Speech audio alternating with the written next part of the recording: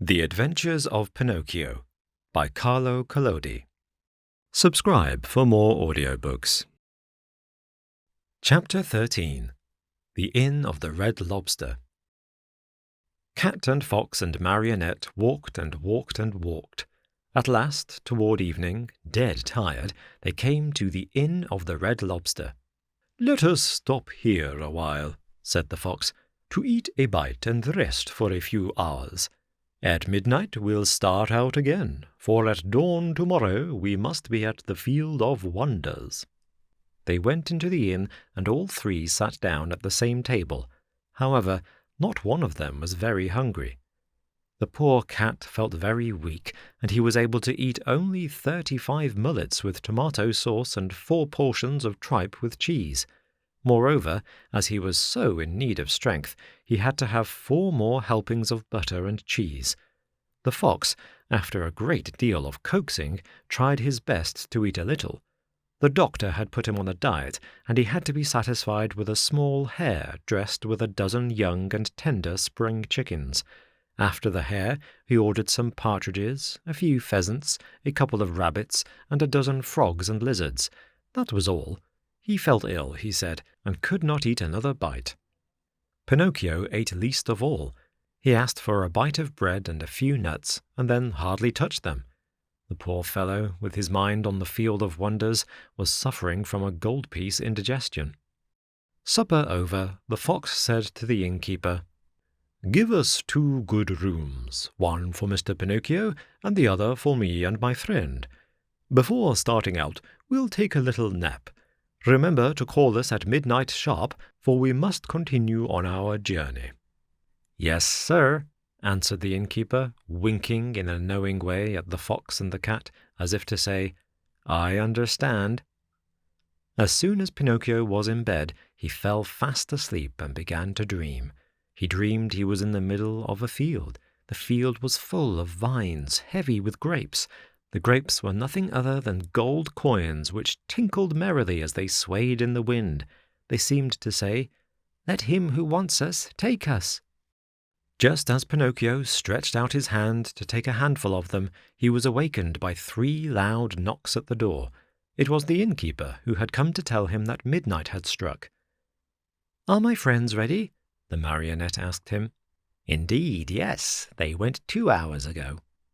"Why in such a hurry?"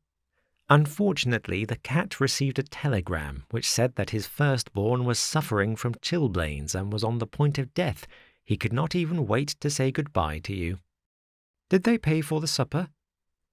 "How could they do such a thing? Being people of great refinement, they did not want to offend you so deeply as not to allow you the honor of paying the bill." "Too bad. That offense would have been more than pleasing to me," said Pinocchio, scratching his head. "Where did my good friends say they would wait for me?" he added. "At the Field of Wonders, at sunrise tomorrow morning." Pinocchio paid a gold piece for the 3 suppers and started on his way toward the field that was to make him a rich man. He walked on, not knowing where he was going, for it was dark, so dark that not a thing was visible. Round about him, not a leaf stirred. A few bats skimmed his nose now and again and scared him half to death. Once or twice he shouted, "Who goes there?" and the faraway hills echoed back to him, "Who goes there? Who goes there? Who goes there?" As he walked, Pinocchio noticed a tiny insect glimmering on the trunk of a tree, a small being that glowed with a pale, soft light. "Who are you?" he asked. "I am the ghost of the talking cricket," answered the little being in a faint voice that sounded as if it was coming from a faraway world. "What do you want?"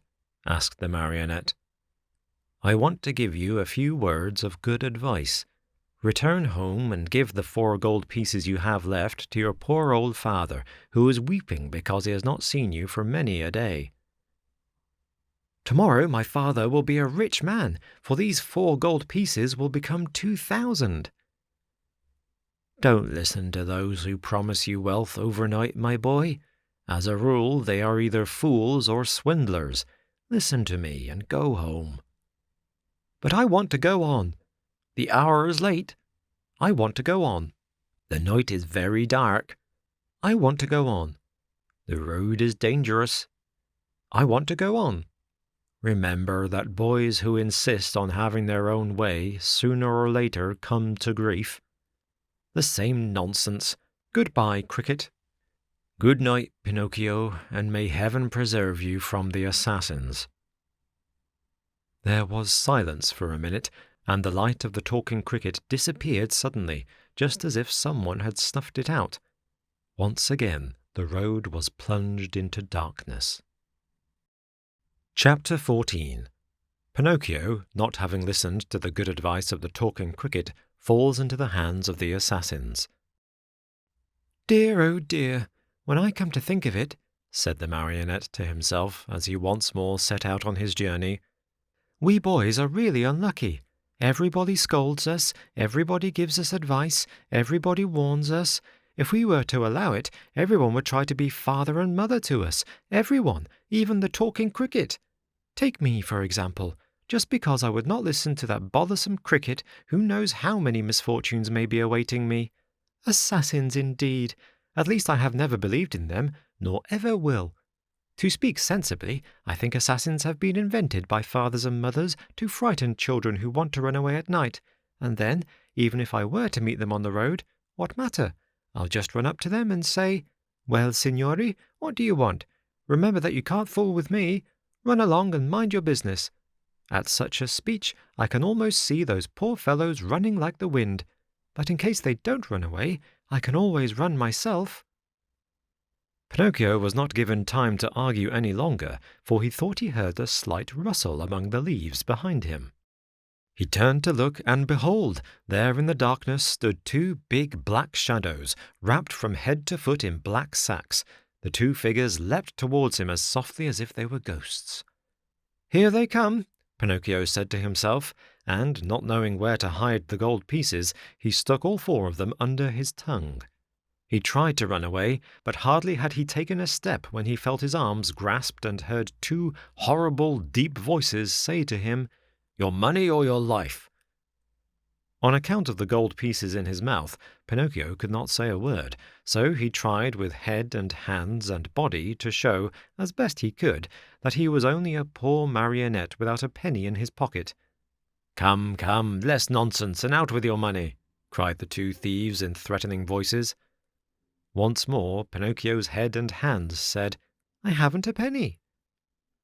Out with that money, or you're a dead man, said the taller of the two assassins. Dead man, repeated the other. And after having killed you, we'll kill your father also. Your father also. No, no, no, not my father, cried Pinocchio, wild with terror, but as he screamed, the gold pieces tinkled together in his mouth. Ah, you rascal, so that's the game. You have the money hidden under your tongue. Out with it. But Pinocchio was as stubborn as ever. Are you deaf? Wait, young man, we'll get it from you in a twinkling. One of them grabbed the marionette by the nose and the other by the chin, and they pulled him unmercifully from side to side in order to make him open his mouth. All was of no use. The marionette's lips might have been nailed together. They would not open. In desperation, the smaller of the two assassins pulled out a long knife from his pocket and tried to pry Pinocchio's mouth open with it. Quick as a flash, the marionette sank his teeth deep into the assassin's hand, bit it off and spat it out. Fancy his surprise when he saw that it was not a hand, but a cat's paw. Encouraged by his first victory, he freed himself from the claws of his assailers and, leaping over the bushes along the road, ran swiftly across the fields. His pursuers were after him at once, like two dogs chasing a hare. After running 7 miles or so, Pinocchio was well nigh exhausted. Seeing himself lost, he climbed up a giant pine tree and sat there to see what he could see. The assassins tried to climb also, but they slipped and fell. Far from giving up the chase, this only spurred them on. They gathered a bundle of wood, piled it up at the foot of the pine, and set fire to it. In a twinkling, the tree began to sputter and burn like a candle blown by the wind. Pinocchio saw the flames climb higher and higher. Not wishing to end his days as a roasted marionette, he jumped quickly to the ground and off he went, the assassins close to him, as before. Dawn was breaking when, without any warning whatsoever, Pinocchio found his path barred by a deep pool full of water the color of muddy coffee. What was there to do? With a 1, 2, 3, he jumped clear across it. The assassins jumped also, but not having measured their distance well, splash! They fell right into the middle of the pool. Pinocchio, who heard the splash and felt it too, cried out laughing, but never stopping in his race. "A pleasant bath to you, signori." He thought they must surely be drowned and turned his head to see, but there were the two sombre figures still following him, though their black sacks were drenched and dripping with water. Chapter 15. The assassins chase Pinocchio, catch him, and hang him to the branch of a giant oak tree. As he ran, the Marionette felt more and more certain that he would have to give himself up into the hands of his pursuers. Suddenly he saw a little cottage gleaming white as the snow among the trees of the forest. "If I have enough breath left with which to reach that little house, I may be saved," he said to himself. Not waiting another moment, he darted swiftly through the woods, the assassins still after him. After a hard race of almost an hour, tired and out of breath, Pinocchio finally reached the door of the cottage and knocked. No one answered. He knocked again, harder than before, for behind him he heard the steps and the laboured breathing of his persecutors. The same silence followed. As knocking was of no use, Pinocchio, in despair, began to kick and bang against the door as if he wanted to break it. At the noise, a window opened and a lovely maiden looked out. She had azure hair and a face white as wax. Her eyes were closed and her hands crossed on her breast. With a voice so weak that it could hardly be heard, she whispered, "No one lives in this house. Everyone is dead." "Won't you at least open the door for me?" cried Pinocchio in a beseeching voice. "I also am dead." "Dead? What are you doing at the window then?" "I am waiting for the coffin to take me away." After these words, the little girl disappeared, and the window closed without a sound. "Oh, lovely maiden with azure hair," cried Pinocchio, "open, I beg of you. Take pity on a poor boy who is being chased by two assassins." He did not finish, for two powerful hands grasped him by the neck, and the same two horrible voices growled threateningly, "Now we have you." The Marionette, seeing death dancing before him, trembled so hard that the joints of his legs rattled and the coins tinkled under his tongue. "Well," the assassins asked, "will you open your mouth now or not?" "Ah, you do not answer? Very well, this time you shall open it." Taking out two long, sharp knives, they struck two heavy blows on the Marionette's back. Happily for him, Pinocchio was made of very hard wood, and the knives broke into 1,000 pieces. The assassins looked at each other in dismay, holding the handles of their knives in their hands. "I understand," said one of them to the other. "There is nothing left to do now but to hang him." "To hang him?" repeated the other. They tied Pinocchio's hands behind his shoulders and slipped the noose around his neck. Throwing the rope over the high limb of a giant oak tree, they pulled till the poor Marionette hung far up in space. Satisfied with their work, they sat on the grass waiting for Pinocchio to give his last gasp. But after 3 hours the Marionette's eyes were still open, his mouth still shut, and his legs kicked harder than ever. Tired of waiting, the assassins called to him mockingly. "Goodbye till tomorrow. When we return in the morning, we hope you'll be polite enough to let us find you dead and gone and with your mouth wide open." With these words, they went. A few minutes went by, and then a wild wind started to blow. As it shrieked and moaned, the poor little sufferer was blown to and fro like the hammer of a bell. The rocking made him seasick, and the noose, becoming tighter and tighter, choked him. Little by little, a film covered his eyes. Death was creeping nearer and nearer, and the Marionette still hoped for some good soul to come to his rescue, but no one appeared. As he was about to die, he thought of his poor old father, and hardly conscious of what he was saying, murmured to himself, "Oh, father, dear father, if you were only here!" These were his last words. He closed his eyes, opened his mouth, stretched out his legs, and hung there as if he were dead. Chapter 16. The lovely maiden with azure hair sends for the poor Marionette, puts him to bed, and calls 3 doctors to tell her if Pinocchio is dead or alive. If the poor Marionette had dangled there much longer, all hope would have been lost. Luckily for him, the lovely maiden with azure hair once again looked out of her window. Filled with pity at the sight of the poor little fellow being knocked helplessly about by the wind, she clapped her hands sharply together 3 times.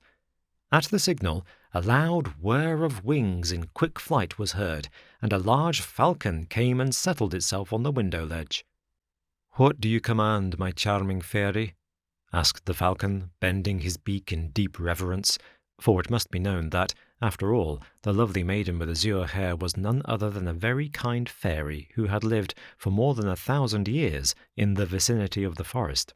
"Do you see that Marionette hanging from the limb of that giant oak tree?"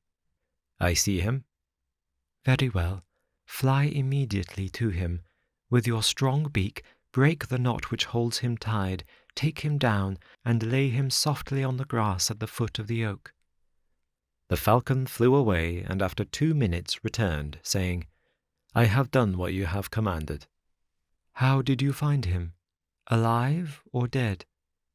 "At first glance I thought he was dead, but I found I was wrong, for as soon as I loosened the knot around his neck, he gave a long sigh and mumbled with a faint voice, 'Now I feel better.'" The fairy clapped her hands twice. A magnificent poodle appeared, walking on its hind legs just like a man. He was dressed in court livery. A tricorn trimmed with gold lace was set at a rakish angle over a wig of white curls that dropped down to his waist. He wore a jaunty coat of chocolate-coloured velvet, with diamond buttons, and with 2 huge pockets which were always filled with bones, dropped there at dinner by his loving mistress. Breeches of crimson velvet, silk stockings, and low silver-buckled slippers completed his costume. His tail was encased in a blue silk covering, which was to protect it from the rain. "Come, Medoro," said the fairy to him. "Get my best coach ready and set out toward the forest. On reaching the oak tree, you will find a poor, half-dead Marionette stretched out on the grass. Lift him up tenderly, place him on the silken cushions of the coach, and bring him here to me."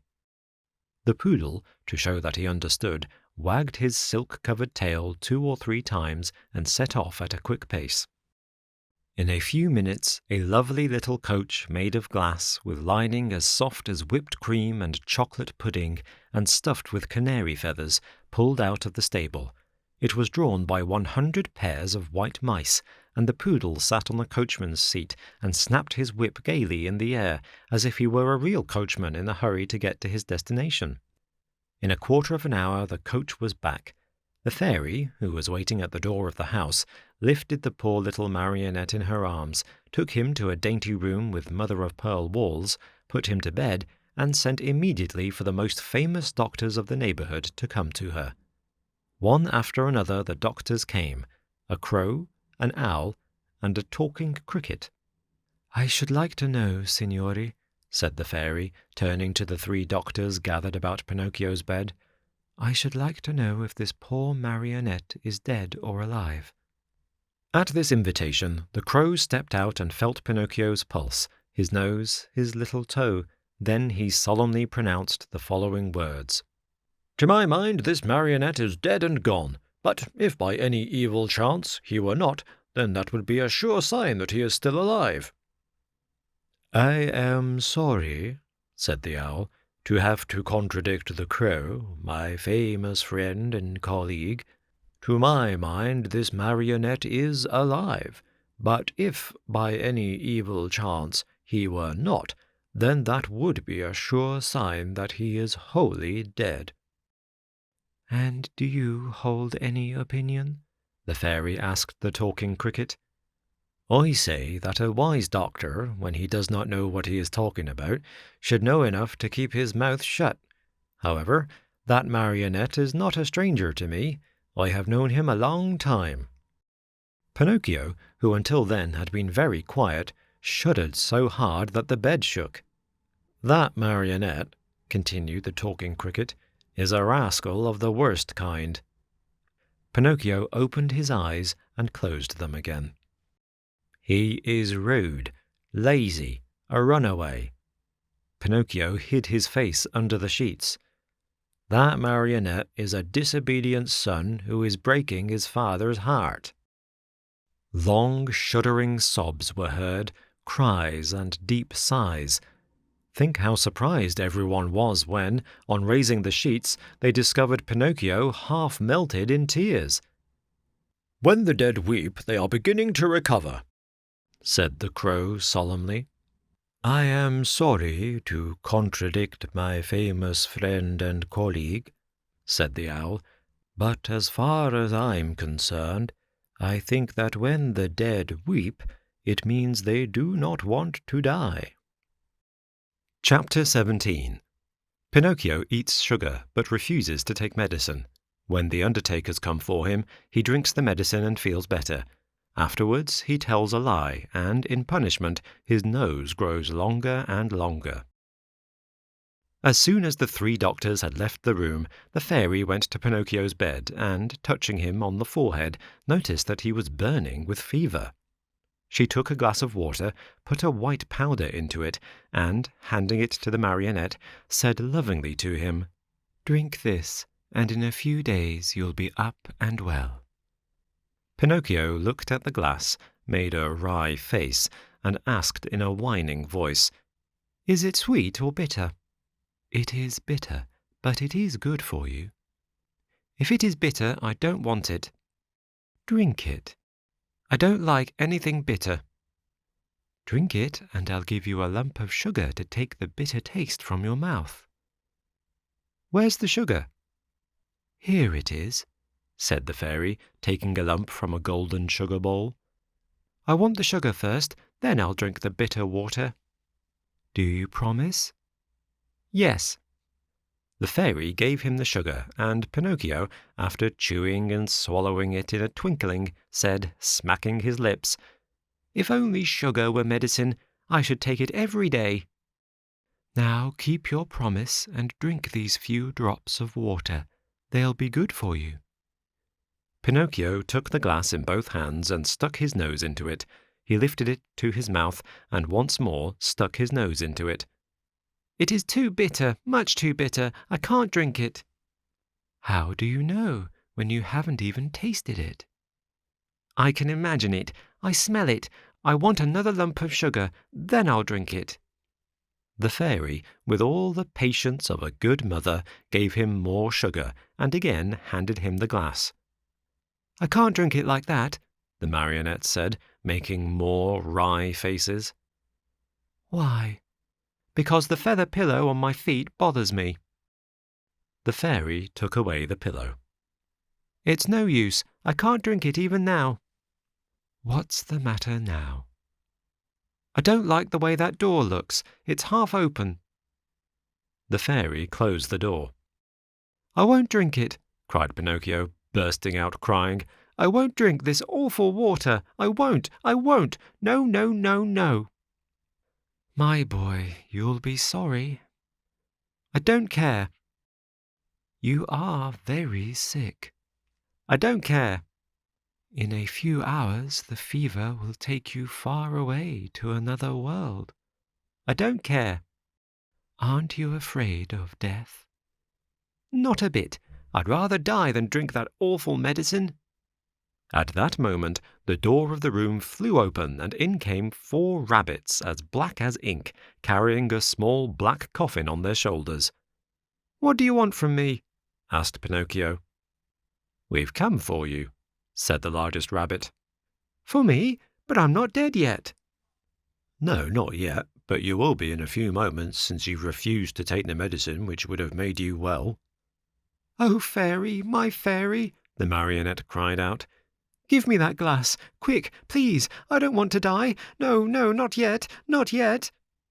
And, holding the glass with his 2 hands, he swallowed the medicine at one gulp, "Well," said the 4 rabbits, "this time we've made the trip for nothing." And, turning on their heels, they marched solemnly out of the room, carrying their little black coffin and muttering and grumbling between their teeth. In a twinkling, Pinocchio felt fine. With one leap he was out of bed and into his clothes. The fairy, seeing him run and jump around the room as gay as a bird on wing, said to him, "My medicine was good for you after all, wasn't it?"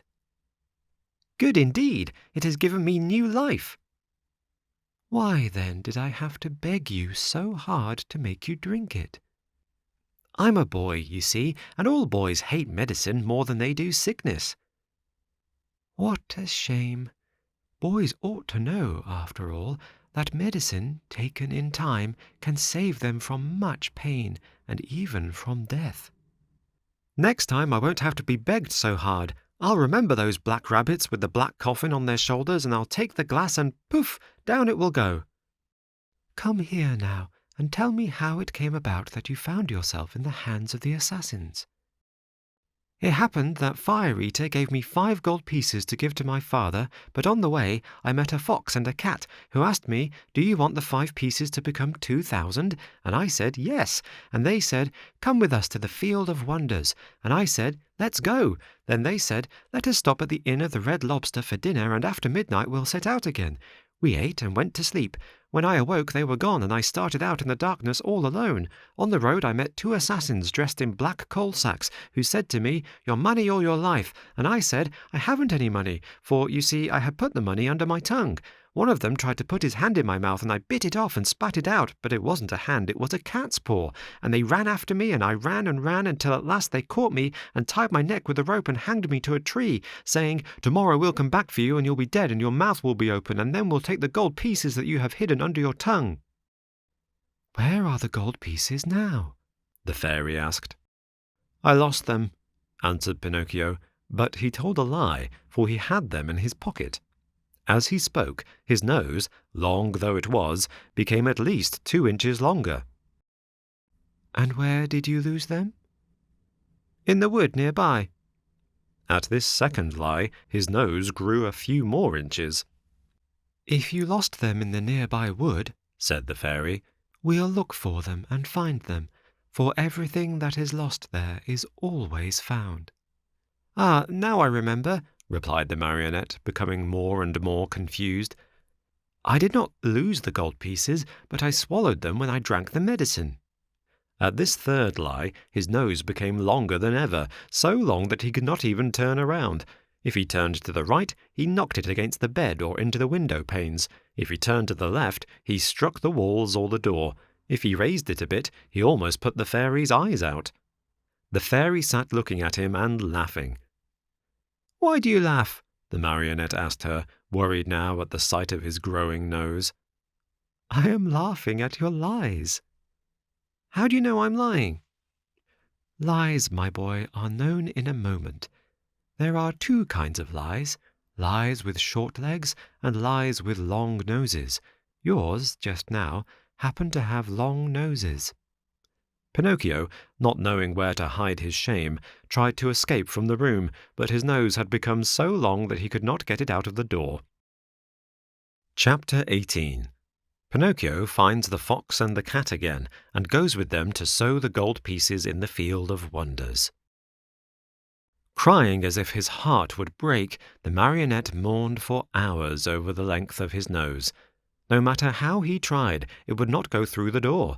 The fairy showed no pity toward him, as she was trying to teach him a good lesson so that he would stop telling lies, the worst habit any boy may acquire. But when she saw him, pale with fright and with his eyes half out of his head from terror, she began to feel sorry for him and clapped her hands together.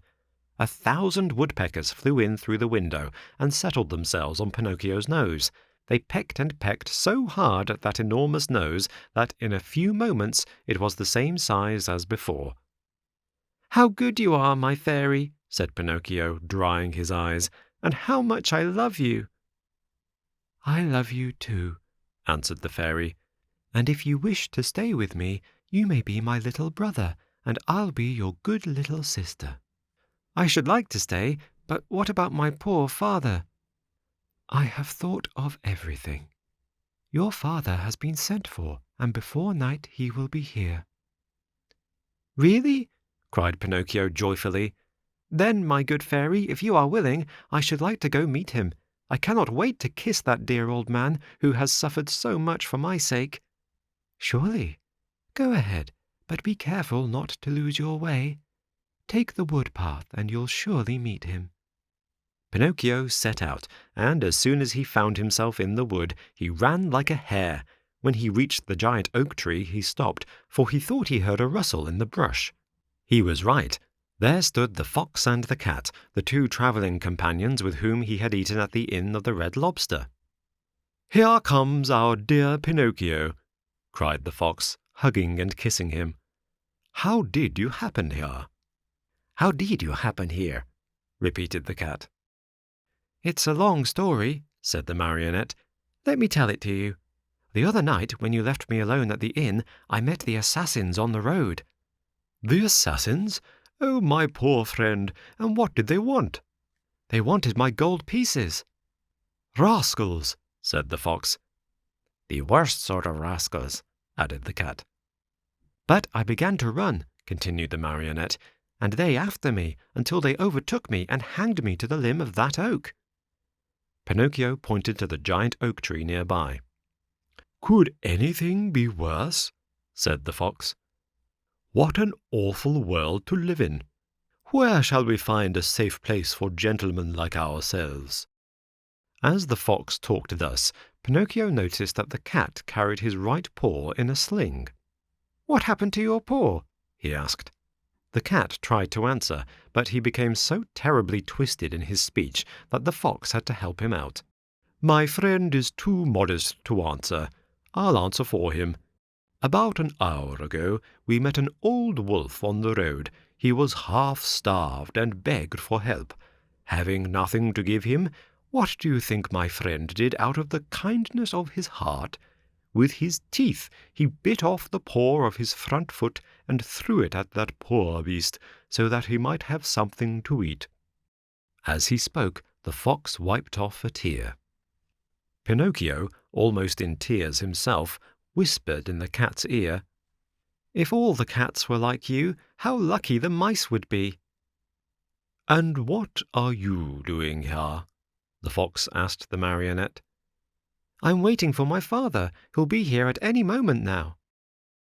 "And your gold pieces?" "I still have them in my pocket, except one which I spent at the Inn of the Red Lobster." "To think that those 4 gold pieces might become 2,000 tomorrow. Why don't you listen to me? Why don't you sow them in the field of wonders?" "Today it is impossible. I'll go with you some other time." "Another day will be too late," said the fox. "Why?" "Because that field has been bought by a very rich man, and today is the last day that it will be open to the public." "How far is the field of wonders?" "Only 2 miles away." "Will you come with us? We'll be there in half an hour. You can sow the money, and after a few minutes you will gather your 2,000 coins and return home rich. Are you coming?" Pinocchio hesitated a moment before answering, for he remembered the good fairy, old Geppetto, and the advice of the talking cricket. Then he ended by doing what all boys do when they have no heart and little brain. He shrugged his shoulders and said to the fox and the cat, "Let us go. I am with you." And they went. They walked and walked for half a day at least, and at last they came to the town called the City of Simple Simons. As soon as they entered the town, Pinocchio noticed that all the streets were filled with hairless dogs, yawning from hunger, with sheared sheep, trembling with cold, with combless chickens, begging for a grain of wheat, with large butterflies, unable to use their wings because they had sold all their lovely colors, with tailless peacocks, ashamed to show themselves, and with bedraggled pheasants, scuttling away hurriedly, grieving for their bright feathers of gold and silver, lost to them forever. Through this crowd of paupers and beggars, a beautiful coach passed now and again. Within it sat either a fox, a hawk, or a vulture. "Where is the Field of Wonders?" asked Pinocchio, growing tired of waiting. "Be patient. It is only a few more steps away." They passed through the city, and, just outside the walls, they stepped into a lonely field, which looked more or less like any other field.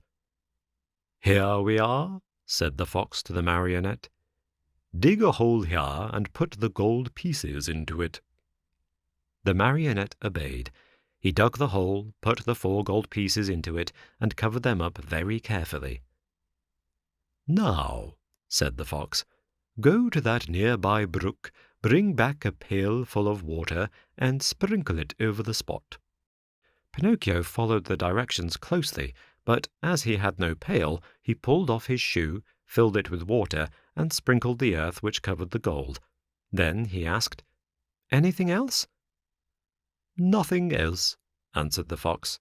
"Now we can go. Return here within 20 minutes, and you will find the vine grown and the branches filled with gold pieces." Pinocchio, beside himself with joy, thanked the fox and the cat many times, and promised them each a beautiful gift. "We don't want any of your gifts," answered the 2 rogues. "It is enough for us that we have helped you to become rich with little or no trouble. For this we are as happy as kings." They said goodbye to Pinocchio and, wishing him good luck, went on their way.